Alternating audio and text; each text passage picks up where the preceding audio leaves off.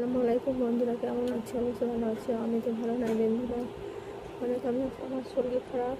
যখন মেয়ে আলুতে ডিমে রান্না করেছিলাম, ওই মেয়ে খাচ্ছে। আর কদিন থেকে অনেকটা শরীর খারাপ, কিছু ভালো লাগছে না রান্না করতে করতে। এদের মেয়ে ছেলে আছে, তো আজকে স্কুল ছুটি বলে এবার রান্না করতে হয়েছে সকাল করে।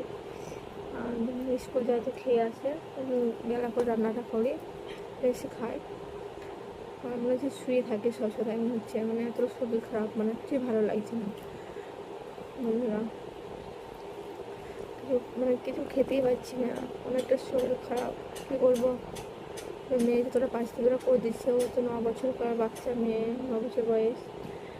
কিছু পারে না, যা একটু পারছি সেটুকু হেল্প করে দিচ্ছে আমার বন্ধুরা। দেখো আলুর তরকারি ডিমের ওই রান্না করেছি, আর কিছু পারিনি করতে।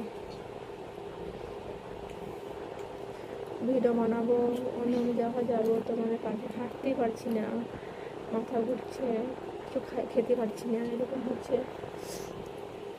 শুয়ে থাকি, খুবই শরীর খারাপ, অসুস্থ বিশাল।